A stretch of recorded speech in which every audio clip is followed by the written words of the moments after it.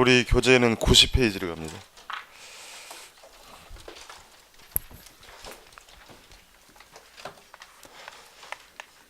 자, 이 편의 내용을 공부를 하고 있는데 이 편의 1장 내용이에요. 자, 부동산의 수요와 공급으로 오늘 이제 본론으로 들어갑니다.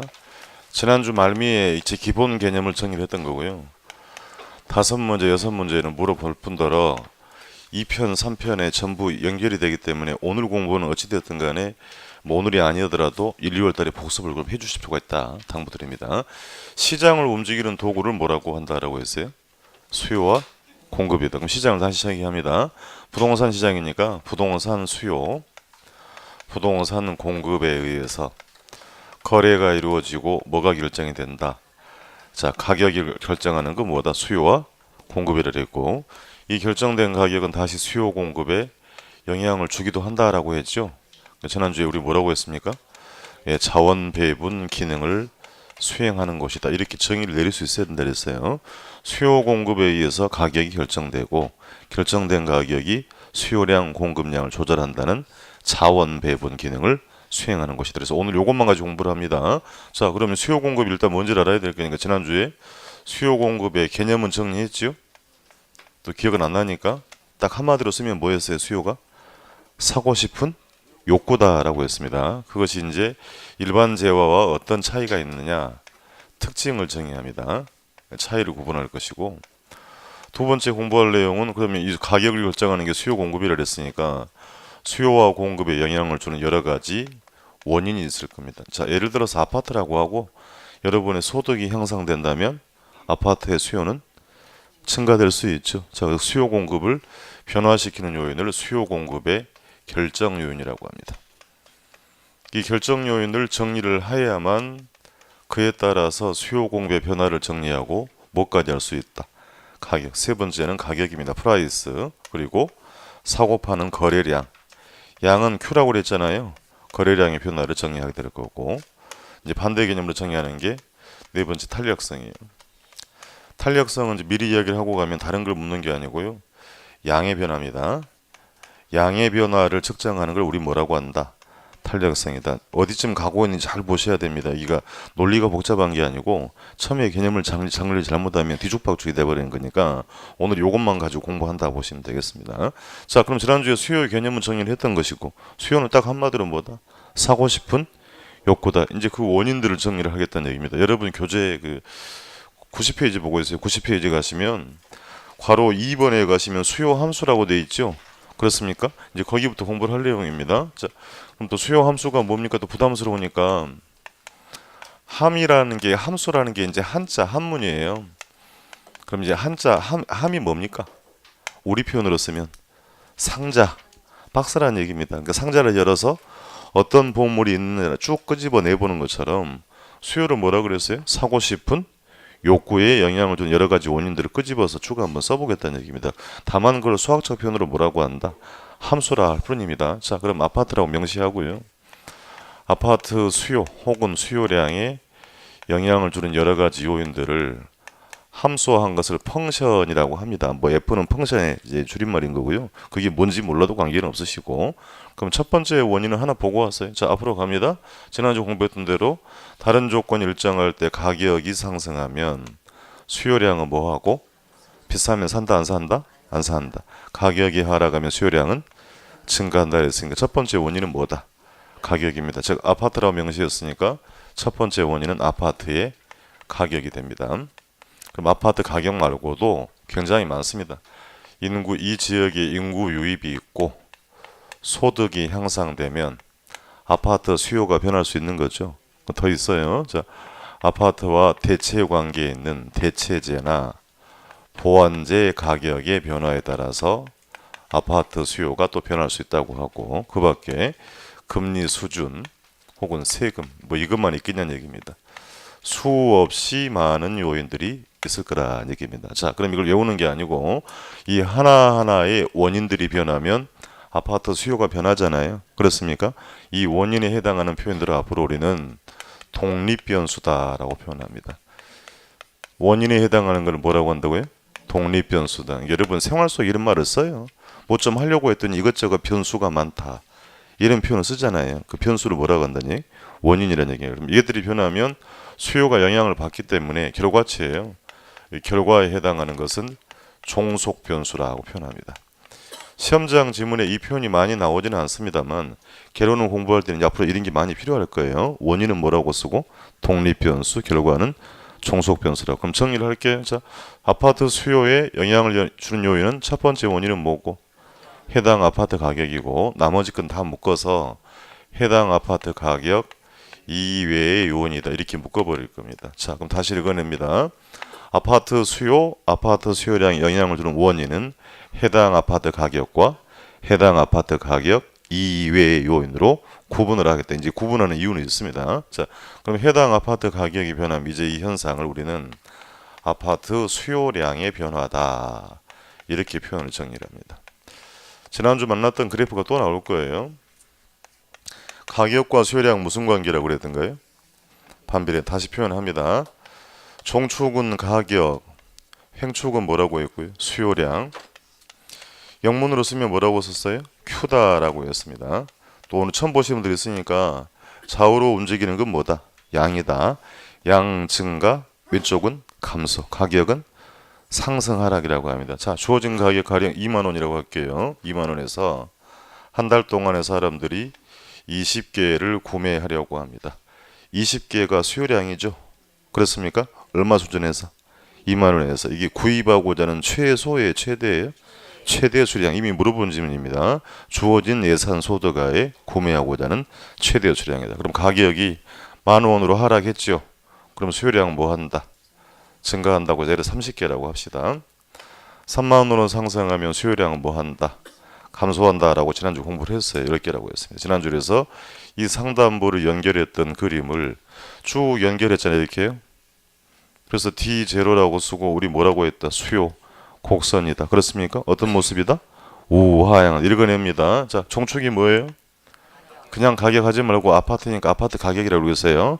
해당 아파트의 가격이잖아요. 행축은 뭐예요? 읽으세요. 수요량의 변화라고 읽은 겁니다. 그럼 최초 여기 A점이에요. 자, 여기는 B점 하겠습니다.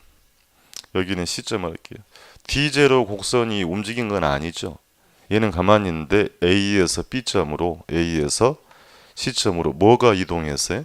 점 이동했어요. 그러니까 수요량의 변화는 동일한 곡선상의 점의 이동으로 표현이 돼요. 이걸 지문으로 이렇게 묻는 겁니다. 그러니까 그래프를 그려라는 건 아니고 원리를 알아야 될 거니까 다시 그래프 읽어요. 해당 아파트 가격이 변하면 무슨 변화? 수요량의 변화, 곡선상의 무슨 이동이다. 점이 이동. 거꾸로 수요량 변화의 원인은 딱 하나. 해당 아파트의 가격밖에 없습니다. 자, 그러면 이제 해당 아파트 가격 이외의 요인의 변화로 수요량이 변하면 이제 이 현상은 수요의 변화다라고 표현합니다. 결론부터 이야기를 하면 왼쪽의 수요량의 변화와 오른쪽의 수요의 변화는 같은 말이다 아니다. 아니기 때문에 구분을 정리를 하는 겁니다. 원인의 차이가 있는 겁니다. 자, 다시 또 그릴 거예요. 종축은 가격, 행축은 뭐라고 해요? 수요량. 자꾸 물어보잖아요. 그러니까 제가 물어보는 이 종행이 딱 정리가 될 필요가 있다는 얘기입니다. 다시 2만 원에서 20개를 구매하려고 했습니다.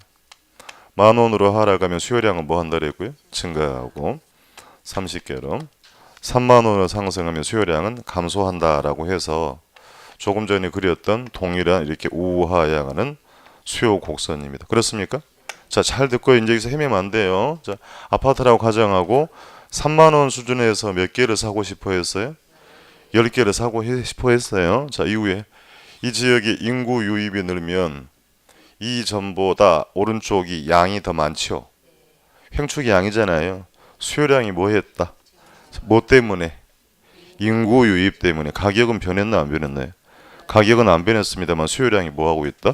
증가하고 있다는 얘기입니다. 자, 2만 원 수준에서 몇 개를 사고 싶었어요?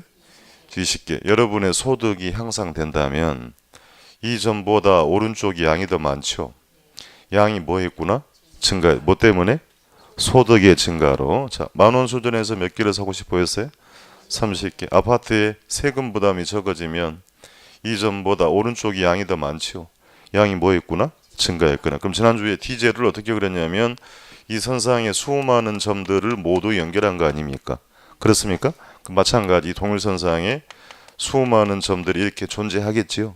공감이 되시겠어요? 자, 그럼 걔를 모두 연결해서 그리고 D1이다 라고 표현합니다. 그럼 어떻게 된 겁니까 하면 D0가 D1으로 곡선 자체가 이동했지요.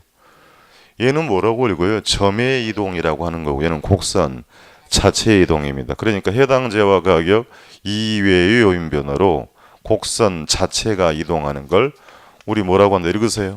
수요의 변화다라고 하는 겁니다. 학자들이 이 원인의 차이가 있기 때문에 지금 구분 정리를 하는 거예요. 자, 그러면 이게 D0가 D1으로 갔으니까 우측으로 갔잖아요. 좌우로 움직이는 건 무엇이다? 양이다. 양이잖아요. 그럼 수요가 뭐였다? 증가했다. 자, 수요의 증가다라고 표현하는 겁니다.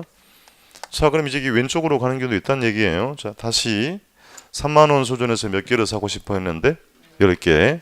자, 여러분의 소득이 떨어지면 소득이 내려가요. 그러면 이전보다 아파트 수요량이 뭐 할 수 있다? 이 왼쪽이 양이 더 줄어들었잖아요. 뭐 때문에? 소득의 감소로 2만 원에서 몇 개를 사고 싶어 했는데 20개. 자, 금리가 인상이 되면 이자 부담이 늘죠. 그럼 이전보다 수요량은 뭐 할 수 있다? 시험을 낼 때는 당연히 다른 조건은 일정하다고 합니다. 다른 건 고려하지 말고 주어진 조건만 답을 하시는 겁니다. 만 원 할 때 몇 개를 사고 싶었는데 지난주 홍보한 표현으로 주거지 부근에 부의 외부 효과가 발생했어요. 주거 환경이 나빠졌다는 얘기잖아요. 그럼 해당 아파트의 수요량은 이전보다 뭐 할 수 있다? 마찬가지로 그럼 동일선상에 수많은 점들이 있을 테니 얘들을 전부 연결해서 D2라고 쓰고 그럼 어디로 갔어요? 좌측으로. 우측 간 건 뭐라고 하고요? 증가. 좌측 가는 건 수요의 감소다라고 표현합니다. 왜 왔냐고 하니까 내용을 물어보는 거니까 곡선 자체가 이동한 걸 뭐라고 하고? 수요의 변화. 우측 가면 증가, 좌측 가면 감소다. 물어봅시다. 그러면 수요의 변화는 수요량이 변했어요? 안 변했어요? 한글 보지 말고 그래프를 보고 읽으세요. 지금까지 양이 변했다고 이야기했잖아요. 자, 좌우로 양 변했지요. 요 양 변했습니다. 확인합니다. 자, 동일 2만 원 가격 수준이죠. 여기 2만 원이잖아요. 그러면 좌우로 양 변화 있어 없어요? 그래서 양 분명히 변했어요. 다만 정의할 때는 수요의 변화라고 표현하는 것입니다. 수요의 변화도 양 변했다 안 변했다? 여기 그래프 확인했잖아요. 다시 읽습니다. 이렇게 물어요. 소득 수준 등의 변화로 동일 가격 수준에서 이와 같이 수요량이 변화하는 현상을 부동산 수요의 변화라고 한다. 그렇습니까? 이게 가장 기본이 되는 겁니다. 그러니까 같은 말이 아니란 얘기예요. 원인의 차이가 있기 때문에 얘도 양은 변했습니다만 해당 아파트 가격이 변하면 무슨 변화? 수요량의 변화, 곡선상의 점의 이동.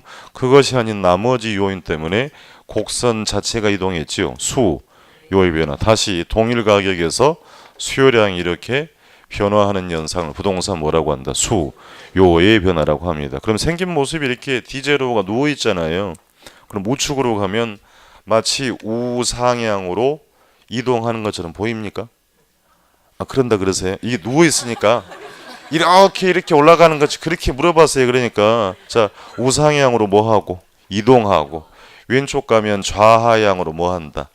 이렇게 좀 추접스럽게 시험을 물어보기도 하는 겁니다. 그러니까 우리가 기억할 것은 증가하면 어디로 이동? 우측, 감소하면 좌측인데 생긴 모습이 우하향으로 누워 있으니까 마치 오른쪽으로 가면 우상향으로 뭐 하고 이동하고 좌하향으로 이동. 이렇게 물어본 게 29회 문제였어요. 기본기를 알고 갈 필요가 있다는 얘기입니다. 아시겠죠? 자, 그러면 이제 그래프를 주고 이걸 우측으로 가는 게 뭐예요? 좌우로 가는 게 뭐예요? 묻기도 하고 이 조건들을 가지고 지문으로 묻기도 한다라고 정리를 한 겁니다. 자, 교재 확인합니다. 괄호 2번에 가시면 수요 함수라고 돼 있죠. 그게 뭐 정의를 묻는 건 아닙니다만 동그라미 2번 밑에 회색 박스 보세요. 회색 박스를 읽습니다. 그게 함수라고 표현한 겁니다. 부동산 수요량에 영향을 주는 원인은 펑션 돼 있죠. 회색 박스 보고 있어요. 그럼 첫 번째 원인은 뭐다? 해당 부동산 가격이다. 그 슬러시 돼 있죠. 그럼 나머지 묶어서 뭐라고 읽으신다? 해당 부동산 가격 이외의 요인으로 구분할 수가 있다. 그거 읽어낼 수 있어야 돼요. 그러니까 해당 부동산 가격과 해당 부동산 가격 이외의 요인으로 구분을 하겠다는 얘기입니다. 이제 구분하는 이유는 아시겠죠? 다음 페이지 갑니다. 91페이지 맨 위에 올라가셔가지고요. 수요량이란 건 결과니까 그 결과에 해당하는 건 뭐라고 쓰고 종속 변수. 용어 구분하세요.